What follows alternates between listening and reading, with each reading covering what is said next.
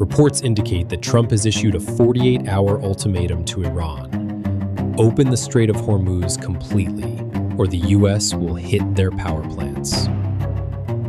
That was the language used in his post. And Iran's response? Go ahead. And if you do, we will mine the entire Persian Gulf. Not just the strait, the entire Gulf.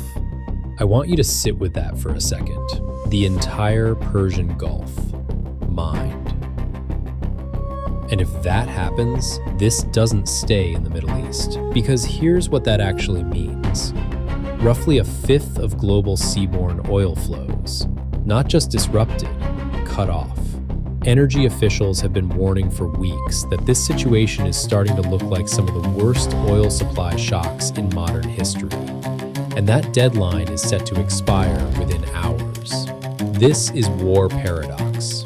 Let's talk about what actually happens next.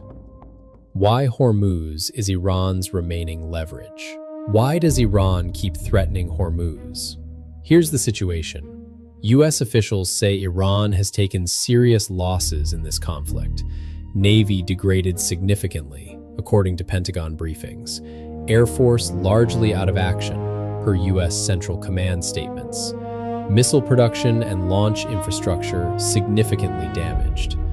But Hormuz? Hormuz they still sit next to.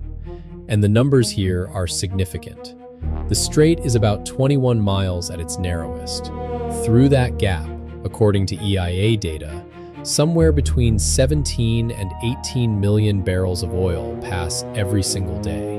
That's roughly 17 to 18% of global seaborne oil trade, through one narrow stretch of water that Iran sits right next to. And here's what people often miss. Iran doesn't need to physically blockade it. They just need to make it feel dangerous enough that shipping insurance rates spike, that tankers reroute. The disruption can happen through perception alone. And right now, reports suggest Iran may be going further. According to CNN, citing an Iranian official source, Tehran may be attempting to impose some form of passage terms on certain vessels moving through the strait.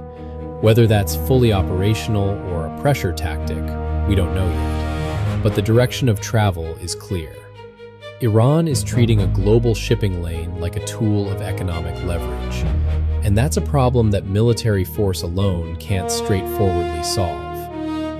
The ultimatum and what it's actually about. So, the ultimatum. Trump posted that if Iran doesn't fully open Hormuz without threat within 48 hours, the US will target their power plants, starting with the largest. He also said the US is, in his words, weeks ahead of schedule, that Iran's navy is gone, Air Force gone, no defense left. Which raises a question worth sitting with. If that's true, why the ultimatum? Why give 48 hours? Because Hormuz is the one problem that military dominance doesn't automatically resolve. You can degrade a navy, you can destroy missile infrastructure, but you can't bomb a waterway back to normal. You can't airstrike shipping confidence back into existence. So what does hitting power plants achieve? Iran's electricity grid serves tens of millions of people, hospitals, water treatment, civilian infrastructure. The logic, and analysts have been fairly direct about this, is that targeting civilian infrastructure creates pressure on the Iranian population to push back against their own government. Whether that logic holds is a different question entirely. Because Iran's stated response is, do it. And if you do, Hormuz closes. Permanently. Until every power plant you destroyed is rebuilt. And they added, if Iran's coast or islands are attacked, they will mine the entire Persian Gulf. That's not just Hormuz. That's Saudi terminals, UAE ports, Qatar's LNG facilities, all of it, inaccessible. Now, Iran says a lot of things, and not every threat becomes reality. But the structural logic here is real. The more this escalates, the more the global energy system is the battlefield. Let's talk about what this means economically, because this is where most people aren't paying attention. Oil prices, Brent crude, have been trading above $110 in recent sessions. Goldman Sachs, in a note from late last week, suggested elevated prices could persist into 2027. 2027, we're 3 weeks into this conflict.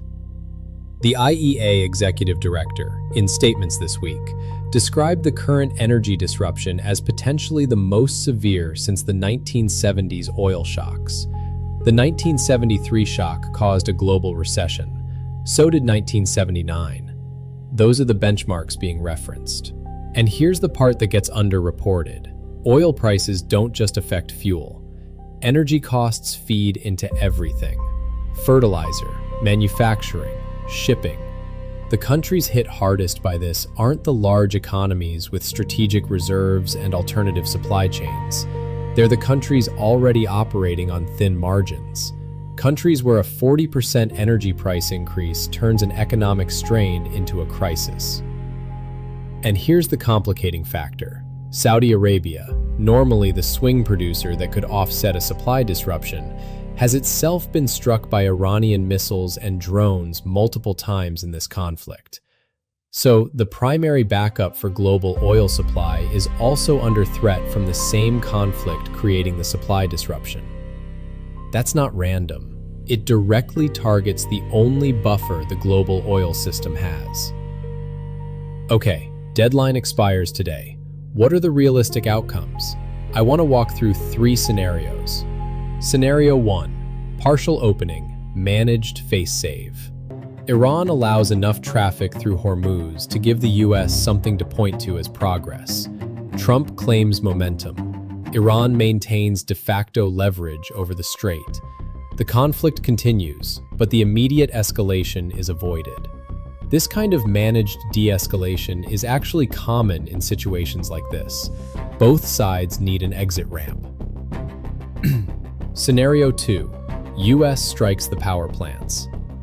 Iran follows through on the mining threat.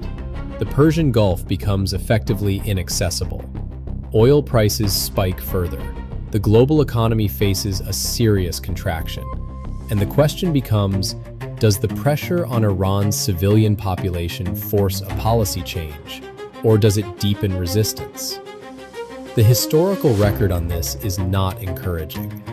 External pressure, especially on civilian infrastructure, tends to consolidate rather than fracture political will. Scenario 3, back-channel diplomacy. Turkey's foreign minister is currently meeting with Iran, Egypt, the EU, and US representatives.